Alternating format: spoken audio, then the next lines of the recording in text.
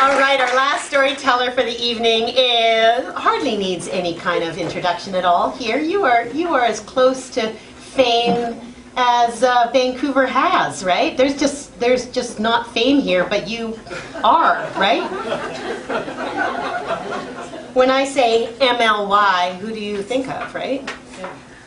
Mark Leiren-Young, right? Mark Leiren-Young. Mark Leiren-Young. Oh, you know Mark Leiren-Young? Oh, yeah, Mark Leiren-Young. Do you know what he's doing now? I don't know. Is he writing for The Sun? Oh, no, he's writing for the Tyee. Oh, no, he's writing for... No, he's just winning awards. No. Mark Leiren-Young? No, he's making TV shows. No, he's making a movie. No, he does everything. So, he won, this is the biggest thing for me, is that he won the 2009 Stephen Leacock Medal for Humor for his best-selling comic memoir, Never Shoot a Stampede Queen, which is being made into a play right now and being performed in 2 places? Yep. That's just, I'm thinking off the top of my head there. Kamloops. That's true, isn't it? So Kamloops in here? And at the same stage as Granville Island stage. Granville Island stage. You guys are sharing the stage. Yeah. Tickets over here or here. Starring Zachary Stevenson. Zachary Stevenson, oh, from Buddy Holly. Right, okay. He's written for Time Magazine, Maclean's, The Utne Reader, and he's a regular contributor to the Georgia Straight, The Sun, and the Tyee. And his award-winning film, The Green Chain, is this really is true? I don't know. Which he wrote, directed, and produced, is now playing on TMN and Movie Central. His new book, The Green Chain, Nothing Is Ever Clear Cut, was just released by Heritage House. Okay, all I can say is look it up, Leiren-Young.com. It's all there. The very savvy MLY, Mark Leiren-Young.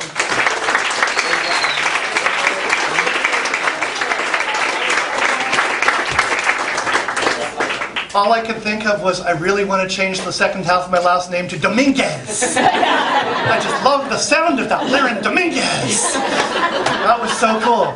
I was telling Joel outside, I love writing for actors. It scares the hell out of me writing for me. And standing still makes it even scarier. So this is a story, I've got a new book coming out next month called Free Magic Secrets Revealed. So not the Green Chain book, different book, humor book. And my friend TJ Daw, who's directing the new show, read it and said, okay, that chapter, you're performing at the Flame. I'm like, yeah, sure I am. And then they said, yes, you are. So, let's try this. Now, some people want to save the whales. I really want to save the whales. This is the story of why I also want to save the Crispy Crunch bar. Now, I'm Jewish, but I do not have a Jewish nose. At least not the one that came with the manufacturer's warranty. The other thing that you need to know is that I've always loved magic. Since the time I was a little kid, I was crazy about magic. That's why I was so thrilled to see that you were on the bill. So it was really fun seeing you do the asterisk. So I've always loved magic. I read books about magic. I tried to learn magic, never very good at it. But I'd practice escape tricks late into the night with ropes and chains and whatever. And the summer that I had my nose job, the summer that I got my nose job, I was working on a huge rock and roll magic show that was going to be the biggest thing Vancouver's ever seen. It wasn't. So, now I'm not really sure exactly why I wanted the nose job. I mean, there were dozens of reasons that I wasn't getting dates in high school. My nose was not in the top 20. And if you'd asked me which body part I liked least, nose still didn't win. Ears. Too big, stick up too far. Didn't like my nose, hated my ears. My nose also lacked the Barbara Streisand bump that only Jews are allowed to admit make us look Jewish. It was big and it was sharp, but it was more, I don't know, I got mistaken more often for Greek or Italian than I did for Jewish. But I remembered my mother saying when I was a little younger, if you ever want a nose job, I'll pay for it. That stuck. And once I started to realize how many of my friends and relatives no longer had their original nasal equipment, I started to think, hey, maybe this is just a rite of passage that Jewish kids go through somewhere between their bar mitzvah and first year university. Sort of nasal circumcision or something. So I decide I'm going to do this, and honestly, I jump into this. I tend to overthink things. I mean, I overthink everything. I jumped into this with less thought than I chose comic books. So I decided to do this, and I swear this, I told my friend Bob, a couple days in the hospital, it'll be relaxing. And my grandfather had said that I always had a problem with adenoids, whatever the hell they were. So I thought, hey, maybe I'll breathe easier. And I went to see this doctor, Lewinsky, not his real name. So I saw Dr. Lewinsky, and he made this sound like the simplest thing in the world, like getting a tooth pulled or something. So I'm thinking, okay, this is easy. And then I talked to one of my relatives, and she says, yeah, it's no big deal. When I did it, I fell right afterwards. I had to have my nose done twice. It's no big deal at all, right? So I'm like, okay, sure. So I'm not scared at all until I check into the hospital and I meet the guy next to me, James. Now, my nose job was cosmetic surgery. James's nose job was a humanitarian gesture. This guy had the biggest head I had ever seen, and almost all of it was nose. I swear he looked like Pinocchio after a long and savage election campaign. The moment I saw him, I thought, if this guy is in here for anything else at all, he can have my spot. He can have my doctor, he can have my spot, but no, he was in for the exact same operation, the exact same doctor. Except he was terrified. He had done research. And we're talking research in the age when you couldn't Google something. So he'd read books, he'd found things out, and the first thing he says to me is, do you know how many people die under general anesthetic? I had no idea you could die under general anesthetic. I'm 17. I mean, how the hell do you die in a hospital doing something routine surrounded by doctors? And he's sitting there going, I mean, I could die tomorrow. I mean, what the hell am I thinking? I don't need a new nose. Why am I doing this? This is crazy. I could die, and if I don't die, brain damage? Brain damage? And then he's going, and even if it works out okay, I mean, seriously, we're going to have black eyes for weeks. We're going to be on painkillers. I swear, I had not done enough research to realize there would be black eyes. Never mind pain. So this guy spends the next couple of hours regaling me with every single hospital horror story he's ever heard. And then, after hours of scaring the hell out of me, he turns to me and goes, thanks for listening, pal. I really feel better now. I'm going to sleep. Then he turns to the little statue of Jesus in agony right behind him. Jesus writhing on the cross, and prays and passes out cold. I am not sleeping. There is no way I am sleeping. I mean, seriously, pain, death, Jesus statues, no way. So I'm staying awake, and the next morning I think, I've got to do something. I write a little note on a scrap of paper, because I was there working on a script. That's why I thought, relaxing. So I write a little note on a scrap of paper. I hide it underneath the blanket on the hospital bed, the thing they put over the gurney, and on top of my robe. And when they wheel me in for the operation at the operating room, I reveal my note, which reads, do not fold, spindle, or mutilate. This is right before they put on the anesthetic. Now, there were a lot of horror stories James had come up with. There was one even he hadn't thought of.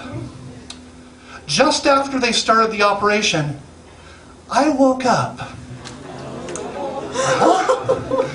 I woke up, and I can tell you exactly what it was that woke me up, as long as none of you are still eating. Yeah, I heard a sound exactly like a crispy crunch being broken. Except it wasn't a crispy crunch. It was a doctor breaking the bridge of my nose with a surgical chisel. I feel this, so what happens is I sit bolt upright. And I go, this isn't fun anymore. This really hurts. I'm leaving now.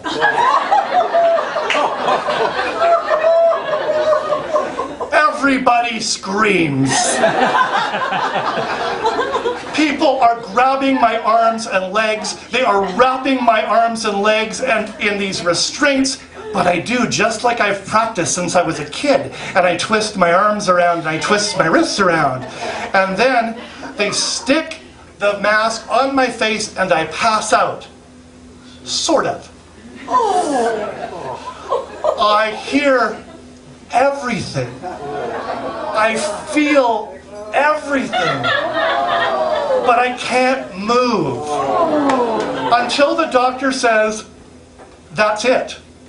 And I say, are we done now? Because this really hurts. And then everybody screams again. And that's when I twist my arms, just like I'd done ever since I was a kid, just like I'd practiced with my friend the magician, get my arms out of the restraints, sit up again, and go, Houdini was a slouch! Everybody really screams now.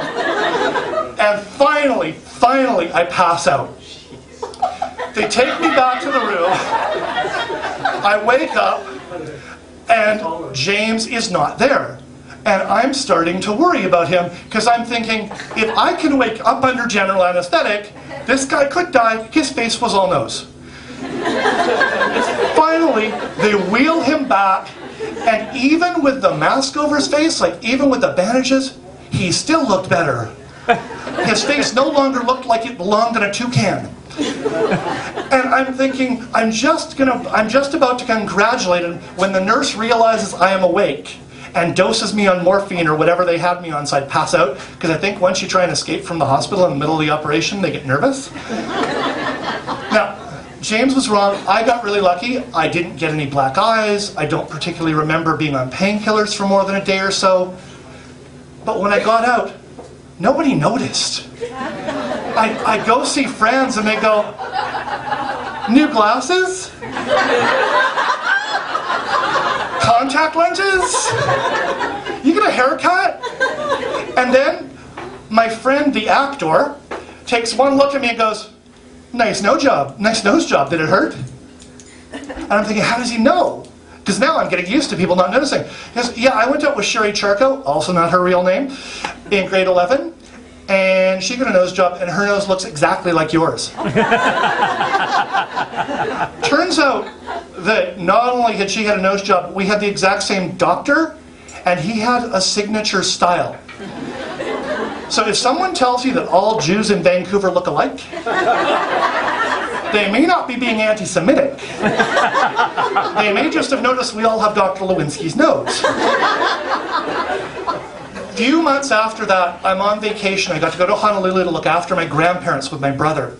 And so we're on vacation, and there's a mix-up with the rooms. Naturally, I have the worst case of the flu I think I've ever had in my life. So my brother and I are put in the elevator with a bellboy to move all our stuff. The elevator door opens, and I topple like a tree and land flat on my face. Flat. The bellboy turns to me and goes, hey man, are you stoned or something? Maui wowie? Do you want me to call a doctor? Do you need a doctor? No, but I think I need a plastic surgeon. And I did.